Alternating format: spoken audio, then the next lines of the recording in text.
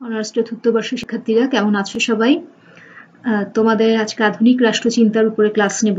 আধুনিক রাষ্ট্রচিন্তায় Saint Simon, অর্থাৎ এর আগে তোমাদেরকে পড়ানো হয়েছে কাল্পনিক সমাজতন্ত্র। এই কাল্পনিক সমাজতন্ত্রবাদী যারা রয়েছেন তাদের নিয়ে তোমাদের এখন দুই একজন সম্পর্কে তোমাদেরকে আলোচনা করা হবে। আজকে সেন্ট সাইমনের কাল্পনিক সমাজতন্ত্র সম্পর্কে তোমাদের ধারণা দেব। ঠিক আছে, তো আজকে তাহলে আমরা মূল আলোচনায় চলে যাই।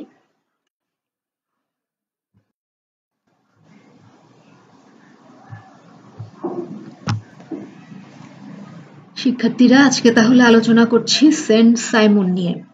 মূলত 19 শতকের পরবর্তীতে দেখা যাচ্ছে ইউটোপীয় সমাজবাদ বলতে কিন্তু মূলত 19 শতকের তিনজন বিখ্যাত ব্যক্তির চিন্তাধারাকে বোঝে। এরা হলেন সেন্ট সাইমন, চার্লস ফুরিয়ার এবং রবার্ট ওয়েন। এই তিনজনের মধ্যে আজকে সেন্ট সাইমন সম্পর্কে তোমাদেরকে একটু ধারণা দেব। মূলত তোমরা এর আগের ক্লাসটাতে কিন্তু কাল্পনিক যে সমাজতন্ত্র সেটা সম্পর্কে তোমরা ধারণা লাভ করেছো, এবং কাল্পনিক সমাজতন্ত্রটা সেন্ট সাইমনের যে চিন্তাধারাটা সেটা সম্পর্কে আলোচনা করার আগে একটু কাল্পনিক সমাজতন্ত্র সম্পর্কে আবার একটু তোমাদেরকে সংক্ষেপে মনে করিয়ে দিই যে কাল্পনিক সমাজতন্ত্রটা কি ছিল, যেটা কিনা কার্ল মার্কসের যে বৈজ্ঞানিক সমাজতন্ত্র সেটা থেকে সম্পূর্ণ একটা ভিন্ন যে সমাজতন্ত্রটা, অর্থাৎ যেখানে কিনা কোনো ধরনের যাকে বলে বৈজ্ঞানিক ভিত্তি ছাড়া যে কল্পনার উপর যে তারা সমাজতন্ত্রটাকে দাঁড় করিয়েছিলেন, সেই সমাজতন্ত্রটা নিয়ে কিন্তু আমরা গত ক্লাসে আলোচনা করেছিলাম। সেটা কি ধরনের সমাজতন্ত্র ছিল, যে সেখানে কোনো ধরনের বিপ্লবের মাধ্যমে সমাজ ব্যবস্থার মধ্যে কোনো পরিবর্তন আসবে না। সেখানে পরিবর্তনটা আসবে কিভাবে? একটা পারস্পরিক সমঝোতার মাধ্যমে, এবং প্রত্যেকের সেখানে সমতা বা সাম্যটাকে সেখানে বাস্তবায়ন করে, এবং সেই যে একটা পূর্ণাঙ্গ সমাজ ব্যবস্থা সেটা কিভাবে হবে, সেটা যেহেতু বিপ্লবের মাধ্যমে হবে না, সেটা ধীরে ধীরে নানা ধরনের পরিবর্তনের মাধ্যমে সেই সমাজ ব্যবস্থাটা প্রতিষ্ঠিত হবে, যেটা কিনা আমরা দেখতে পাচ্ছি কি বৈজ্ঞানিক যে সমাজতন্ত্রটা ছিল কার্ল মার্কসের যে সমাজতন্ত্র সেটা থেকে কিন্তু সম্পূর্ণ ভিন্ন একটি সমাজ ব্যবস্থা। মূলত কাল্পনিক সমাজতন্ত্র বলতেই বোঝাচ্ছে কি সেখানে কল্পনার উপর ভিত্তি করে যে সমাজ ব্যবস্থাটা, এবং তারা মূলত প্রাধান্য দিয়েছিলেন কোন বিষয়গুলোকে, যেখানে তারা বলেছিলেন যে বিভিন্ন যে সমাজের পরিবর্তন সেটার জন্য দরকার কি সবার শিক্ষা ব্যবস্থা দরকার, সবার সচেতনতা দরকার, সবার যুক্তিবোধ দরকার। ঠিক আছে, এই জিনিসগুলো যদি সবার মধ্যে থাকে আপনা থেকেই সমাজটাতে পরিবর্তন আসবে, এবং সেই পরিবর্তনের মাধ্যমে দেখা যাবে যে সবার জন্য মঙ্গলজনক একটি সমাজ ব্যবস্থা প্রতিষ্ঠিত হবে। মূলত কাল্পনিক সমাজতন্ত্র বা ইউটোপিয়ান সমাজতন্ত্রের মূল কথাটি ছিল সেটা, যেখানে কোনো কারোর মধ্যে, সেটা নারী পুরুষ হোক, বিভিন্ন শ্রেণীর মধ্যে হোক, গ্রাম বা শহর হোক, সেখানে কোনো ধরনের বিভেদ থাকবে না। সেখানে অর্থনৈতিক ক্ষেত্রে আস্তে আস্তে যখন সাম্য প্রতিষ্ঠা হবে, তখন রাজনৈতিক ক্ষেত্রেও সেই সাম্যটা প্রতিষ্ঠিত হবে। এখন তাহলে এই যে কাল্পনিক সমাজতন্ত্র, তারই একজন অন্যতম উল্লেখযোগ্য প্রবক্তা হচ্ছেন সেন্ট সাইমন, বা তার যেটা আমরা বলতে পারি তাকে সাসিমো হিসেবেও তাকে পরিচিতি দেওয়া হয়ে থাকে। সেন্ট সাইমনের যে চিন্তাধারা, সেই চিন্তাধারাটা কেমন ছিল? মূলত শিল্প বিপ্লবের ফলে দেখা গেছে যে উদ্ভূত যে সমাজ ব্যবস্থা, সেই সমাজ ব্যবস্থাটা সম্পর্কে কিন্তু তিনি যথেষ্ট সেই সম্পর্কে সচেতন ছিলেন, ওয়াকিবহাল ছিলেন, এবং তিনি লক্ষ্য করেছিলেন কি যে বিভিন্ন শ্রেণীর মধ্যে যে সংঘর্ষ সেটা একটা নিত্য নৈমিত্তিক ঘটনায় পরিণত হচ্ছে। সুতরাং তার যে চিন্তাধারা প্রথমেই সেখানে স্থান পেয়েছে হচ্ছে শ্রেণী সংঘর্ষ। শ্রেণী সংঘর্ষটাতে তিনি দেখেছেন কি যে সমাজে যে দুটো শ্রেণী রয়েছে, যেটা কিনা মালিক শ্রেণী এবং আক্ষরিক অর্থে তারা অত্যন্ত অলস শ্রেণী, এবং অন্যটি যারা কিনা শিল্পে নিযুক্ত, যারা কায়িক শ্রম করে জীবিকা অর্জন করছে, সেই শ্রেণীটি হচ্ছে কি শ্রমিক শ্রেণী। এবং এই দুটো শ্রেণীর মধ্যে প্রতিনিয়ত কিন্তু একটা সংঘর্ষ লেগে থাকছে, এবং এই সংঘর্ষটা লেগে থাকলেও কিন্তু সেটা কিন্তু প্রকট আকার ধারণ করেনি, এবং সেই প্রকট আকার ধারণ না করার কারণ হিসেবে তিনি দেখতে পেয়েছিলেন যে যেহেতু শ্রমিক শ্রেণীর মধ্যে তারা সংখ্যায় অনেক হলেও তাদের মধ্যে কোনো সংঘবদ্ধতা ছিল না, সেই কারণে তাদের এই সংঘবদ্ধতার অভাবের কারণেই কিন্তু সেই যে দ্বন্দ্বটা সেটা কিন্তু একটা প্রকট আকার ধারণ করেনি। এবং তিনি দেখেছিলেন কি যে এই যে শ্রেণীটা, এদের মধ্যে দেখা যাচ্ছে যে তাদের মধ্যে বিভিন্ন ভাবে তারা কিন্তু শোষিত হচ্ছে, এবং সেই শোষণটা কিভাবে আসছে, শুধুমাত্র যে অর্থনৈতিক ক্ষেত্রে তা নয়। তিনি দেখেছিলেন যে সেই শোষণটা মূলত তাদের পারিপার্শ্বিক সমস্ত কিছুর থেকেই তারা শোষিত হচ্ছে, অর্থাৎ তাদের মানসিক অবস্থা, তাদের নৈতিকতা, আধ্যাত্মিক সমস্ত কিছু ক্ষেত্রে, রাজনৈতিক তো রয়েছে, সমস্ত দিক থেকেই কিন্তু তারা শোষিত হচ্ছে। তারা শ্রমের বিনিময়ে যে মজুরিটা পাচ্ছে সেটা তাদের যথেষ্ট নয়। ফলে দেখা যাচ্ছে কি স্বাভাবিকভাবেই সমাজে যে বিভিন্ন ধরনের স্বাচ্ছন্দ্য বা সুযোগ সুবিধাগুলো রয়েছে সেগুলো থেকেও তারা কিন্তু ক্রমান্বয়ে বঞ্চিত হচ্ছে। এবং তিনি দেখছেন যে এই যে শ্রমিকদের বা খেটে খাওয়া যে মজুর শ্রেণীটা, তাদের যে এই শোষিত অবস্থা বা বঞ্চিত অবস্থা, বিভিন্নভাবে তাদের বৈষম্যের শিকার হওয়া, সেটার জন্য একমাত্র তিনি দায়ী করছেন কি, যে পুঁজিতান্ত্রিক যে ব্যবস্থাটা রয়েছে সেটাকে তিনি একমাত্র দায়ী হিসেবে চিহ্নিত করছেন। এবং তিনি বলছেন যত তারা পুঁজিপতিরা নিজেদের লাভ বাড়াচ্ছে, নিজেদের মুনাফাকে বৃদ্ধি করছে, নিজেদের সম্পদকে বৃদ্ধি করছে, তত দিনে দিনে আরো শ্রমিকরা শোষিত হচ্ছে। এবং এই কারণে সমাজের মধ্যে ক্রমাগত বিভিন্ন ধরনের সংকট এবং নৈরাজ্য ক্রমাগত বেড়েই চলেছে। তিনি বলছেন যে যতদিন পর্যন্ত এই অবস্থাটাকে ঠিক করা না হবে ততদিন পর্যন্ত এই দ্বন্দ্ব, বিবাদ, সংঘর্ষ এবং সংকটময় অবস্থা কিন্তু সমাজের মধ্যে চলতেই থাকবে। তারপরে তিনি দেখাচ্ছেন কি কল্পিত সমাজ, অর্থাৎ সেন্ট সাইমন এই যে সমাজ ব্যবস্থাটার মধ্যে দ্বন্দ্ব বিবাদ চলছে, সুতরাং সমাজ ব্যবস্থাটা একটা শোষণহীন সমাজ তৈরি করাই ছিল মূলত কিন্তু তার সমাজ ব্যবস্থার অন্যতম লক্ষ্য। এখন এই যে একটা কল্পিত সমাজ তিনি সমাজ ব্যবস্থাকে তিনি দাঁড় করিয়েছিলেন, কল্পনা করেছিলেন, বা যাকে আমরা বলি একটা রূপ দেওয়ার চেষ্টা করেছিলেন, সেই কল্পিত সমাজটা কি? তিনি বলছেন যে সেটা এমন ধরনের হবে যেখানে সর্বজনের জন্য কল্যাণ এবং প্রাচুর্য থাকবে, এবং এমন একটা সমাজ যেখানে প্রত্যেকে তাদের সামর্থ্য অনুযায়ী কাজ করবে এবং সেই সামর্থ্য অনুযায়ী যে যতটুকু কাজ করবে সেই অনুসারে তাদের প্রাপ্যটা সে পাবে। এবং তিনি বলছেন কি যেখানে এমন সমাজ হবে যেখানে কিনা সংখ্যালঘু সম্প্রদায় কখনো সংখ্যাগরিষ্ঠকে শোষণ করবে না, তাদের উপর আধিপত্য বিস্তার করবে না। কেননা তিনি দেখছেন কি যে এই যে সমাজের মধ্যে এখানে আধিপত্য কারা বিস্তার করছে? মালিক শ্রেণী, এবং মালিক শ্রেণীটা কি? অবশ্যই শ্রমিক শ্রেণীর থেকে সংখ্যালঘু, সংখ্যাগরিষ্ঠ শ্রমিক শ্রেণী কিন্তু তাদের হাতে প্রতি মুহূর্তে শোষিত হচ্ছে। ফলে তিনি বলছেন এমন কোন সমাজ হবে না যেখানে সংখ্যালঘুরা সংখ্যাগুরুদেরকে আধিপত্য বিস্তার করতে পারবে। এবং তিনি বলছেন এই সরকার, এই যে সমাজটা, সেটা পরিচালিত হবে কাদের মাধ্যমে? সেটা সরকারের মাধ্যমে পরিচালিত হবে।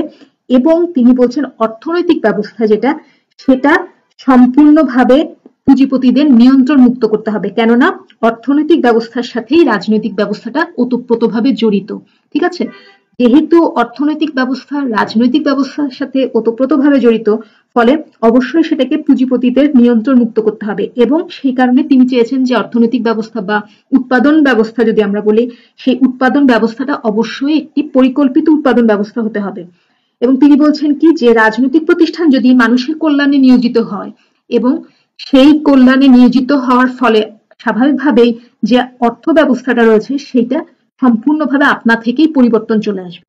এবং এইটার মাধ্যমে আমরা কি দেখতে পাচ্ছি যে তার এই যে চিন্তাধারাটা, সেটার মাধ্যমে কিন্তু পুরোপুরিভাবে তার মধ্যে যে একটা সমাজতান্ত্রিক মতবাদ তার, সেটা প্রকাশটা কাল্পনিক সমাজতন্ত্রের, যে আমরা যে তাকে কাল্পনিক সমাজতন্ত্রী বলছি, এখানে এটার এই চিন্তাধারার মাধ্যমে তার যে সমাজটাকে তিনি কল্পনা করেছেন সেটার মাধ্যমে কিন্তু আমরা পুরোপুরি সেটা ফুটে উঠতে দেখতে পাচ্ছি। তারপরে তিনি বলছেন তার যে পদ্ধতি, অর্থাৎ তিনি বলছেন যে কোন পদ্ধতিতে তিনি মূলত, আমরা প্রথমেই একটু আগে বলে নিয়েছি যে কাল্পনিক সমাজতন্ত্রী যারা, তারা কিন্তু কখনোই বিপ্লবকে সমাজ পরিবর্তনের জন্য চিহ্নিত করেননি। তারা সবসময় বলে এসেছেন কি ধাপে ধাপে পরিবর্তন আসবে, এবং সেন্ট সাইমনও কিন্তু তার ব্যতিক্রম নন। এবং সেক্ষেত্রে দেখা গেছে কি তিনি স্বাভাবিকভাবেই কোনো ধরনের সমাজের যে তিনি এই যে কল্পিত সমাজটাকে এঁকেছেন, যে একটা সমাজকে তিনি কল্পনা করেছেন, সেই কল্পনার সমাজটার মধ্যেও কিন্তু তিনি বিপ্লবকে স্থান দেননি। তিনি দেখিয়েছেন কি যে ব্যক্তিগত মালিকানাটা কি তিনি শোষণের একমাত্র কারণ হিসেবে চিহ্নিত করেছেন, কিন্তু তিনি বলছেন যে উৎপাদন শক্তির যদি পরিবর্তন করা হয় তাহলেই আস্তে আস্তে সমাজের পরিবর্তন আসবে। ঠিক আছে, অর্থাৎ সেজন্য কোনো ধরনের বিপ্লবের প্রয়োজন নেই।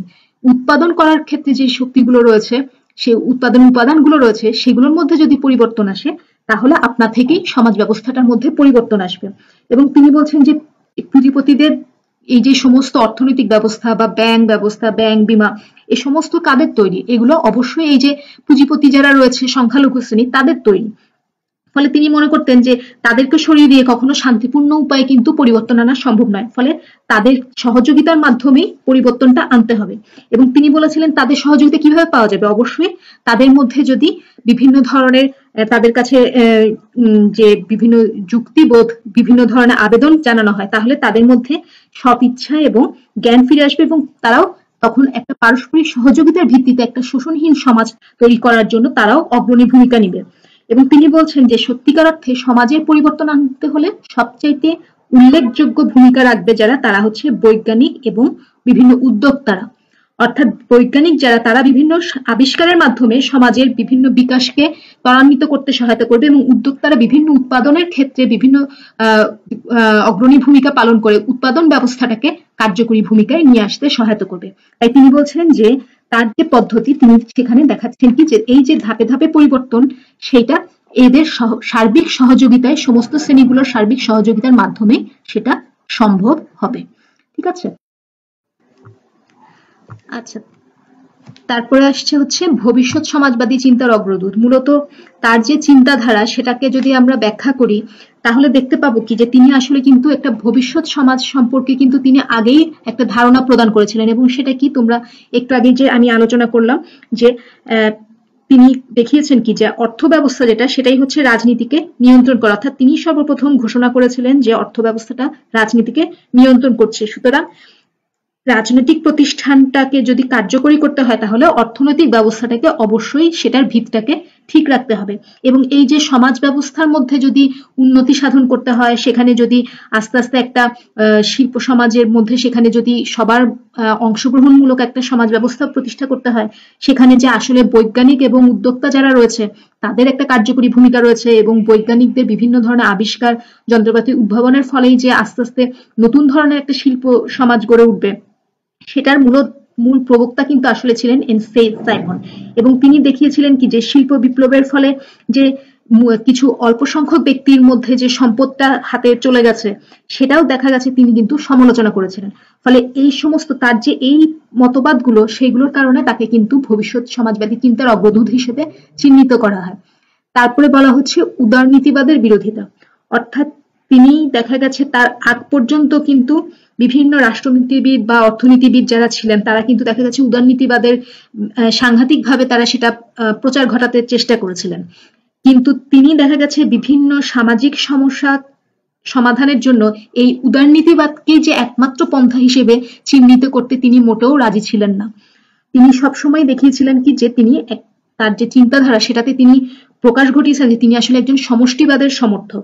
তিনি যে কারণে যে উত্তরাধিকার সূত্রে যে সম্পত্তি লাভ করা, সেটার কিন্তু তিনি সবসময় বিরোধিতা করে এসছেন।